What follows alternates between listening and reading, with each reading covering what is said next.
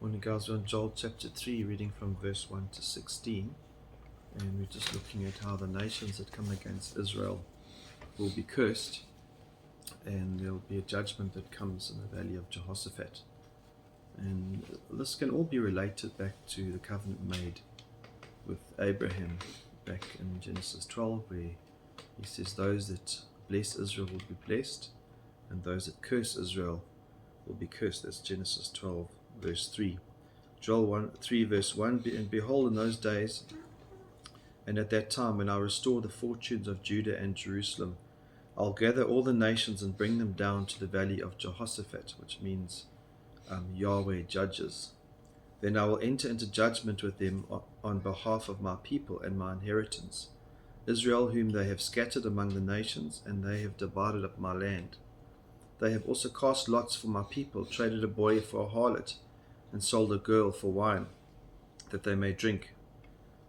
It just shows the depravity of the time. Verse 4, moreover, what are you to me, O Tyre, Sidon, and all the regions of Philistia? Are you rendering me a recompense? But if you do recompense me swiftly and speedily, I'll return your recompense on your head.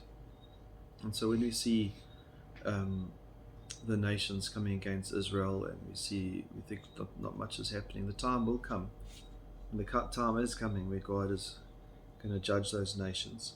Verse 5, since you have taken my silver and my gold, brought my precious treasures to your temples, and sold the sons of Judah and Jerusalem to the Greeks in order to remove them far from their territory, behold, I am going to arouse them from the place where you have sold them, and return your recompense on your head.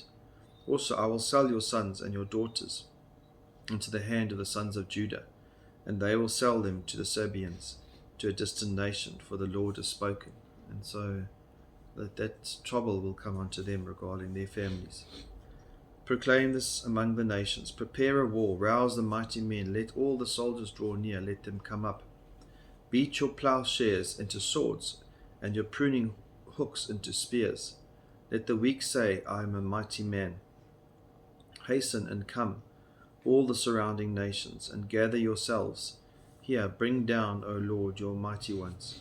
Let the nations be aroused, and come up to the valley of Jehoshaphat, for there I will sit to judge all the surrounding nations. Put in the sickle, for the harvest is ripe. Come, tread, for the winepress is full.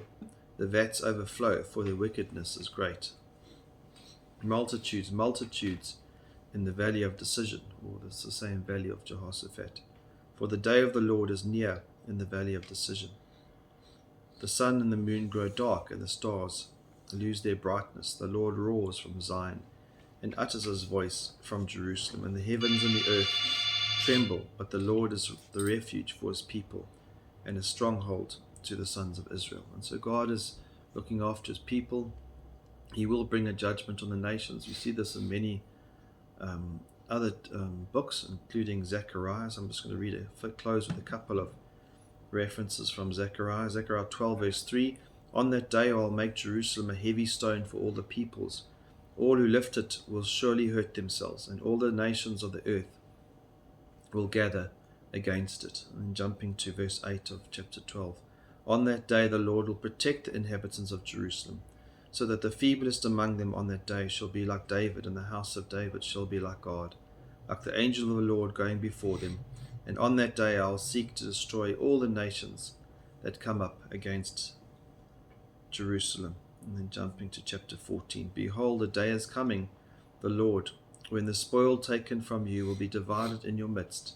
For I'll gather all the nations against Jerusalem in battle, and the city shall be taken, and the houses plundered, and the women raped. Half of the city shall go out into exile, but the rest of the people shall not be cut off from the city.